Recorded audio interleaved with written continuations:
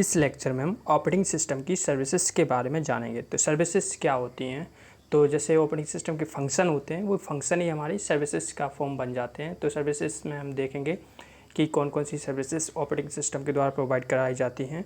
तो सबसे पहला आएगा हमारा यूजर इंटरफेस, मतलब कि ऑपरेटिंग सिस्टम से यूजर कैसे कनेक्ट हो, मतलब क्या फैसिलिटी प्रोवाइड कराती है ऑपरेटिंग सिस्टम, जिससे यूजर्स आसानी से अपने काम कर सकता है जो भी सिस्टम में टास्क परफॉर्म करना चाहता है। तो सबसे पहले यूजर इंटरफेस में आते हैं कि 3 तरह के इंटरफेस प्रोवाइड कराती है। पहले इंटरफेस रहता है कमांड लाइन CLI, दूसरा होता है बैच, थर्ड होता है हमारा GUI ग्राफिकल यूजर इंटरफेस। तो कमांड लाइन इंटरफेस क्या होता है कि जिसमें यूजर्स कोई भी ऑपरेशन परफॉर्म करना चाहता है तो उसके लिए क्या करेगा, कीबोर्ड से डेटा एंटर करेगा, मतलब इनपुट देगा, इनपुट वो कमांड जाती है ऑपरेटिंग सिस्टम के पास, फिर वो टास्क परफॉर्म होता है। तो जो भी काम होता है सब कीवर्ड के द्वारा होता है या कमांड लाइन के द्वारा होता है, कमांड देनी पड़ती है तब वो टास्क परफॉर्म होता है। लेकिन ग्राफिकल यूजर इंटरफेस में क्या होता है कि हमें कीवर्ड की मिनिमम रिक्वायरमेंट होती है, मैक्सिमम का हमारा माउस से होता है, और जो भी टास्क परफॉर्म कर रहे होते हैं वो विजुअल होता है। जैसे आप कोई फोल्डर ओपन कर रहे हैं तो वो फोल्डर आपको विजुअल होता है कि आप इस फोल्डर को ओपन कर सकते हैं। इसी तरह से बैच जो मोड होता है, बैच इंटरफेस होता है। बैच इंटरफेस में क्या होता है कि कोई भी टास्क परफॉर्म करना हो वो कमांड के द्वारा ही होता है, लेकिन उसमें क्या होता है एक साथ में आप मल्टीपल कमांड परफॉर्म कर सकते हैं। ये बैच ऑपरेटिंग सिस्टम में यूज होता था, लेकिन MS-DOS में भी फैसिलिटी है, विंडोज़ में भी फैसिलिटी होती है। इस तरह की जो फाइल्स परफॉर्म होती है उन्हें हम बैच फाइल कहते हैं। लिनक्स में इसे हम सेल स्क्रिप्ट के नाम से जानते हैं, सेल स्क्रिप्टिंग के नाम से जानते हैं। इसमें एक से अधिक कमांड आप एक साथ परफॉर्म कर सकते हैं, और इससे बेनिफिट ये रहता है कि आपका टाइम बहुत बच जाता है। तो थोड़ा और डिटेल में जानेंगे। अभी क्या करते हैं, इसको सिर्फ बेसिक पढ़ते हैं। नेक्स्ट है हमारा प्रोग्राम एग्जीक्यूशंस। प्रोग्राम एग्जीक्यूशन का मतलब हो गया प्रोसेस मैनेजमेंट से बेसिकली। तो जो भी प्रोसेस होती है वो क्या होती है, रनिंग टाइम प्रोग्राम होता है। तो प्रोग्राम का लोड करना, प्रोग्राम को फेच करना और प्रोग्राम को एग्जीक्यूट करना, ये सारे आते हैं हमारे प्रोग्राम एग्जीक्यूशन में। तो प्रोसेस जैसी प्रोग्राम हमारा रन करता है उसमें प्रोसेस क्रिएट होती है, क्रिएट होने के बाद प्रोसेस रेडी स्टेट में जाती है, रेडी स्टेट से फिर प्रोसेस को जब क्रिटिकल सेक्शन मिलता है या जो भी टास्क परफॉर्म करना होता है बफर के लिए, तो वो रनिंग स्टेट में जाती है। जब टास्क परफॉर्म हो जाता है तो वापस से वो वेटिंग स्टेट में या तो टर्मिनेट हो जाती है, या कोई IO ऑपरेशन परफॉर्म करनी होती है तो वो वेटिंग स्टेट में जाती है। वेटिंग स्टेट से फिर वापस रेडी में आती है, रेडी से फिर रनिंग में। तो इस तरह से जो प्रोसेस का मैनेजमेंट का जो भी प्रोसीजर होता है वो हमारा प्रोग्राम एग्जीक्यूशन में आता है। थर्ड जो होता है फाइल सिस्टम मैनिपुलेशंस, मतलब बेसिकली ये फाइल सिस्टम से रिलेटेड है कि तो हम बेसिकली इसमें पढ़ेंगे कि डिफरेंट टाइप के फाइल सिस्टम हो गए, जैसे कि बेसिकल फाइल सिस्टम हो गया, लॉजिकल फाइल सिस्टम हो गया, या फिर फिजिकल फाइल सिस्टम हो गया। तो वो फाइल सिस्टम के बेस पे क्या होती है, जो फाइल के एट्रीब्यूट होते हैं या फाइल की जो भी एट्रीब्यूट या एक्सेस करने के मेथड होते हैं वो डिफरेंट होते हैं। तो फाइल्स मैनिपुलेशन में बेसिकली हम पढ़ेंगे कि फ़ाइल को कैसे क्रिएट करते हैं, फाइल को डिलीट करना, अपडेट करना, या फाइल्स के जो भी एट्रीब्यूट हैं उन्हें हम सेट करते हैं। तो ये सारी चीज़ें आती हैं हमारे फाइल्स कोई ज़रूरी नहीं है कि वो एक आप इमेज और वीडियो फाइल्स हो, फाइल्स एक सॉफ्टवेयर भी हो सकता है।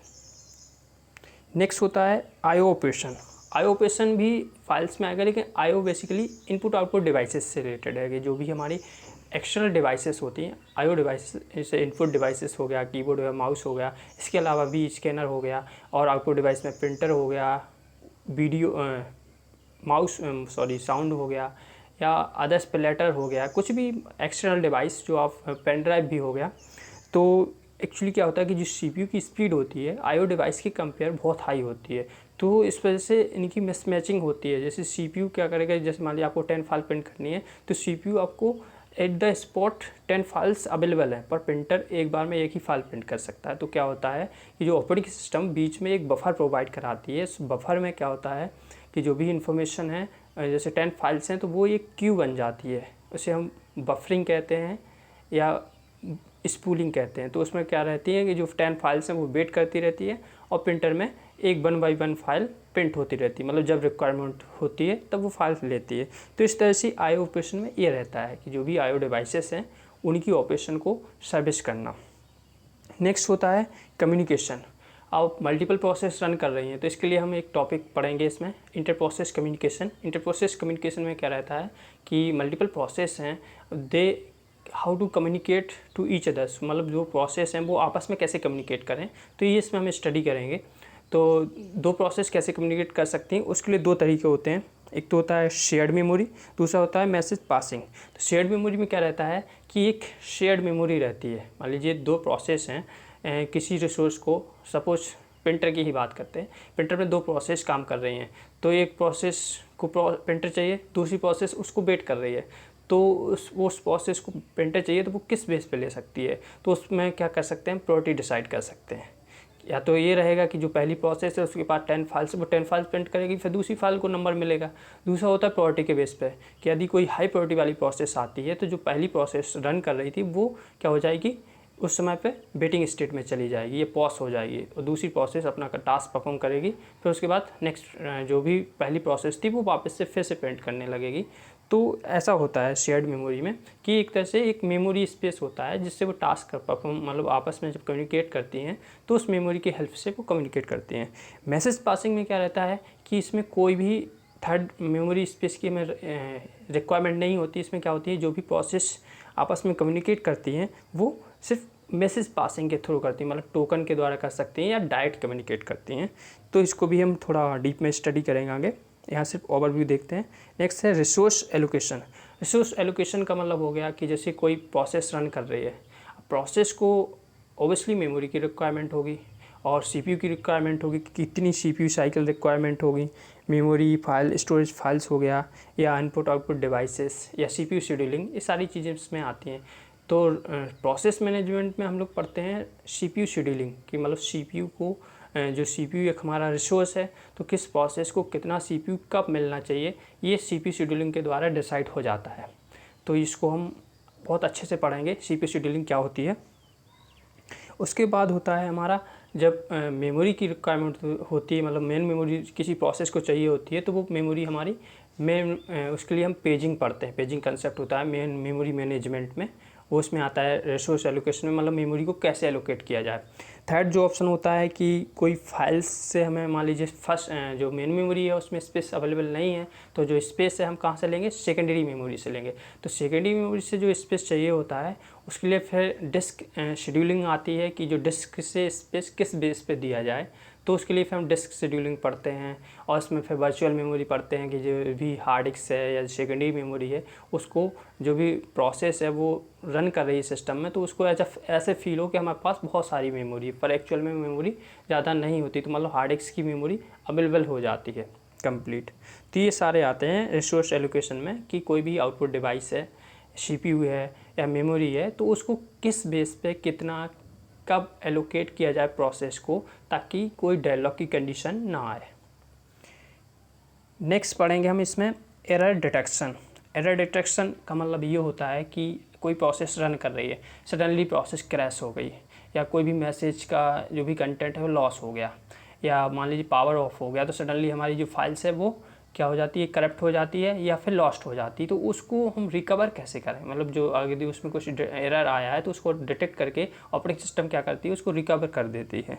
तो इसमें जैसे सीपीयू हो गया, मेमोरी हो गया, हार्डवेयर हो गया, या इनपुट आउटपुट डिवाइस हो गया, तो ऑपरेटिंग सिस्टम क्या करती है, जो भी एरर आती है उसे डिटेक्ट करती है और तुरंत रिकवरी करने की कोशिश करती है। तो इसमें दो तरह की वो ऑपरेशन परफॉर्म करती है, या तो प्रोग्राम को एबनॉर्मली स्टॉप कर देती है, मतलब क्या होता है सडनली हमारा प्रोग्राम से वो सडनली एबनॉर्मली स्टॉप हो जाता है, या फिर क्या होता है रिकवर होकर शुरू हो जाता है। कभी कभी ऑपरेटिंग सिस्टम भी स्टॉप हो जाती है, तो फिर उसके बाद फिर रिकवरी करने के बाद वो फिर से शुरू होती है। तो एरर डिटेक्शन में ये आता है। नेक्स्ट होता है अकाउंटिंग। अकाउंटिंग का मतलब ये होता है कि जो भी यूजर स्टैटिक्स है, प्रोसेस हैं, वो रन कर रही हैं, तो कौन सी प्रोसेस ने कितना रिसोर्स लिया हुआ है और प्रोसेस रन कर रही तो कितना टाइम लेगी, ये सारे स्टैटिक्स शो होते हैं। जैसे इसका एग्जांपल देखना है तो आप जब भी पेन ड्राइव से कोई डेटा ट्रांसफ़र करते हैं तो उसमें स्टैटिक शो होता है। स्टैटिक क्या शो होता है कि आपकी स्पीड क्या है, मतलब कितनी स्पीड से वो डेटा ट्रांसफ़र हो रहा है, पर MB पर सेकंड शो होता है। दूसरा उसमें टाइम भी दिया रहता है कि कितना टाइम जा रहा है, ये रहता है। और अगर उसको और डिटेल में जाना हो आप, तो टास्क मैनेजर में जाइए, वहाँ पर CPU की फ्रिक्वेंसी भी शो करती है कि आपका CPU कितना यूटिलाइज हो रहा है। तो इसको और डिटेल में जानना है तो आप टास्क मैनेजर में जाके चेक कर सकते हैं। नेक्स्ट होता है सिक्योरिटी एंड प्रोटेक्शन। देखिए सिक्योरिटी और प्रोटेक्शन दोनों का मतलब प्रोटेक्शन ही होता है या सिक्योरिटी ही होता है, बस डिफरेंस ये है कि जो प्रोटेक्शन होता है उसमें क्या रहता है कि जो भी इंटरनल डेटा है उसमें रीड राइट परफॉर्म करना हो या एग्जीक्यूशन करना हो तो उस फाइल्स को कोई दूसरा यूज़र एक्सेस ना करे। मान लीजिए यूज़र 1 है, यूज़र 2 है, यूज़र 1 की जो फाइल्स हैं वो कुछ ABCD नाम से, यूज़र बी की जो फाइल्स हैं वो कुछ PQR के नाम से है। तो जो यूज़र ए की फ़ाइल है, यूज़र 1 की फ़ाइल है, वो ये फाइल बी द्वारा यूज़र 2 द्वारा एक्सेस ना की जाए, तो उसके लिए हम उसमें कुछ परमिशन ऐड कर देते हैं, जैसे रीड करना, राइट करना या एग्जीक्यूट करना। जैसे आपका कोई सॉफ्टवेयर है या आपने कोई फाइल बनाई तो आप उसमें क्या कर सकते हैं, पासवर्ड लगा सकते हैं, तो उस पासवर्ड को कोई दूसरा यूज़र बिना पासवर्ड जाने उस फाइल को एक्सेस नहीं कर पाएगा। सिक्योरिटी का मतलब ये होता है कि जैसे आपकी कोई फाइल्स है या सिस्टम है तो उसको कोई बाहरी यूज़र एक्सेस, बाहरी यूज़र नहीं, बाहरी चाहे तो वो इंटरनेट के द्वारा कोई अटैकर हो या फिर कोई भी कैटास्ट्रॉफिक इवेंट हो, उससे आपके सिस्टम को लॉस ना हो, तो वो कहलाता है सिक्योरिटी। सिक्योरिटी मतलब बाहर से प्रोटेक्शन और प्रोटेक्शन मतलब होता है अंदर से प्रोटेक्शन। ठीक है, ये रहता है इसका मतलब। तो इतनी तरह की सर्विसेज पढ़ेंगे हम ऑपरेटिंग सिस्टम में। तो इसमें पहली सर्विस देख लेते हैं जो ऑपरेटिंग सर्विसेज के पहले इसका थोड़ा आर्किटेक्चर जो किस तरह से रहता है। तो सबसे पहले हमारा रहता है क्या, यूजर्स रहेगा, उसके बाद अदर सिस्टम प्रोग्राम जैसे कि कंपाइलर्स हो गए, एडिटर्स हो गए, या डेट टाइम हो गया, या नेटवर्क डेमन हो गया, प्रिंट सर्वर हो गया, और भी बहुत सारे सिस्टम प्रोग्राम्स रन करते रहते हैं, जैसे कैलकुलेटर भी कह सकते हैं। तो सबसे पहले होता है हमारा यूज़र इंटरफेस, मतलब टॉप पर रहेगा यूज़र, फिर यूज़र कैसे कनेक्ट होगा तो उसके लिए यूज़र इंटरफेस रहेंगे। यूज़र इंटरफेस हम बताएं 3 तरह के होते हैं, GUI, batch and command line. उसके बाद होता है सिस्टम कॉल्स। जो सिस्टम कॉल्स होती हैं ये क्या करती हैं कि जो भी यूज़र का प्रोग्राम है उस प्रोग्राम को ऑपरेटिंग सिस्टम से कनेक्ट कराती हैं। कनेक्ट कराने के लिए एक तरह का इंटरफेस प्रोवाइड कराती हैं। तो सिस्टम कॉल क्या होती है, एक इंटरफेस होती है किसके बीच में, यूज़र, प्रोग्राम और ऑपरेटिंग सिस्टम के बीच में। इसके बिना ऑपरेटिंग सिस्टम से प्रोग्राम कनेक्ट नहीं हो पाएगा, तो सिस्टम कॉल ही कनेक्ट कराती हैं। अब देखते हैं जो सर्विसेज होती हैं वो हम इनमें पढ़े हैं। तो सबसे पहला देखा था प्रोग्राम एग्जीक्यूशन, फिर देखा आई ऑपरेशन, फिर देखा फाइल सिस्टम, फिर देखा कम्युनिकेशन, फिर इसके बाद रिसोर्स एलोकेशन देखा, फिर अकाउंटिंग देखा, फिर उसके बाद एरर डिटेक्शन देखा, उसके बाद हमने देखा प्रोटेक्शन एंड सिक्योरिटी। उसके बाद होती हैं सर्विसेज के नीचे रहता है ऑपरेटिंग सिस्टम रहता है, फिर हार्डवेयर रहता है। तो वैसे भी ऑपरेटिंग सिस्टम जो होता है वो इंटरफेस होता है हार्डवेयर और यूज़र के बीच में, तो यही है।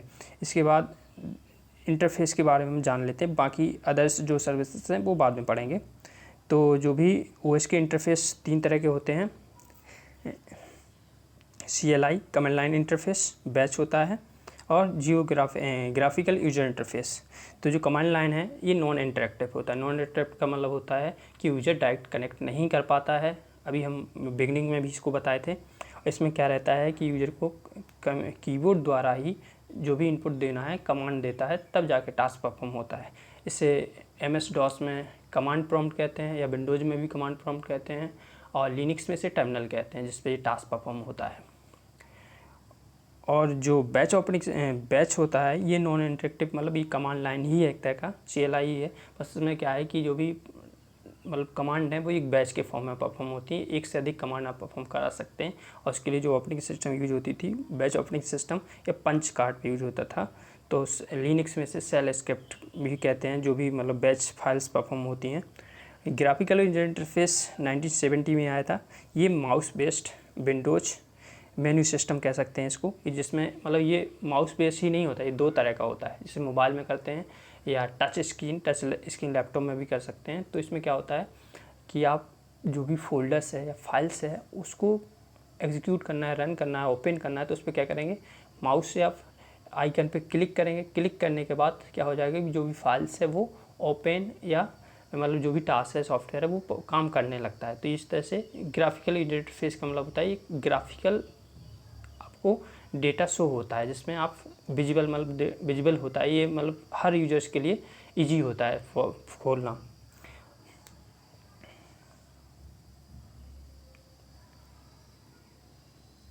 टच स्क्रीन में क्या रहता है कि जैसे आप उस आइकन पे क्लिक करते हैं, मतलब माउस का ही काम करता है टच स्क्रीन में, तो वो जो भी फाइल्स है या सॉफ्टवेयर है वो काम करने लगता है। तो कमांड लाइन इंटरफेस है, ये नॉर्मल यूज़र के लिए इजी नहीं है, क्योंकि ये फाइल्स कमांड आपको सीखनी पड़ेगी। तब यदि आप रॉन्ग कमांड यूज कर गलती से बाई मिस्टेक कर दिए तो आपका डेटा काफ़ी लॉस हो सकता है। इसलिए लिनक्स में हमेशा प्रेफर किया जाता है कि आप पहले कमांड लाइन को अच्छे से सीखिए। नेक्स्ट होता है जो बैच हम बताए हैं कि एक से अधिक कमांड आप रन करा सकते हैं। अब जो हमारा GUI होता है ये 2 तरह का होता है। तीसरा लिनक्स में भी होता है, XFCE बोलते हैं। वैसे होता है एक जीनोम, दूसरा होता है KDE। तो जीनोम का मतलब होता है graphical network object model environment, और KDE का मतलब होता है कि ये इंटीग्रेटेड GUI प्रोवाइड कराता है। मतलब क्या होता है कि पूरी ऑपरेटिंग सिस्टम पे ये ग्राफिकल यूजर इंटरफेस सपोर्ट करता है। जैसे कि मान लीजिए ऑपरेटिंग सिस्टम विंडोज़ हो गया, मैक हो गया, सोलारिस होगा, लिनक्स होगा, यूनिक्स होगा, कोई भी ऑपरेटिंग सिस्टम हो, सबके लिए ये ओवरऑल GUI प्रोवाइड कराता है। लेकिन जीनोम में क्या होता है कि जो भी आपके फ्री सॉफ्टवेयर हैं या ओपन सोर्स सॉफ्टवेयर हैं उन पे ही GUI प्रेफर्ड रहता है। अदरवाइज जो जितने भी पेड सॉफ्टवेयर होते हैं उन पे भी ये जीनोम अवेलेबल नहीं होता। उसके लिए हो सकता है या तो कमांड लाइन हो या नॉर्मल हमारा KDE रहता है। तो उसके लिए क्या रहता है, आपको जीनोम अलग से। तो इसलिए जो भी लिनक्स के डेस्ट्रो हैं वो 2-3 तरह के होते हैं। कुछ KDE होते हैं, कुछ जीनोम होते हैं, कुछ XFCE होते हैं। तो इतने तरह के इंटरफेस होते हैं।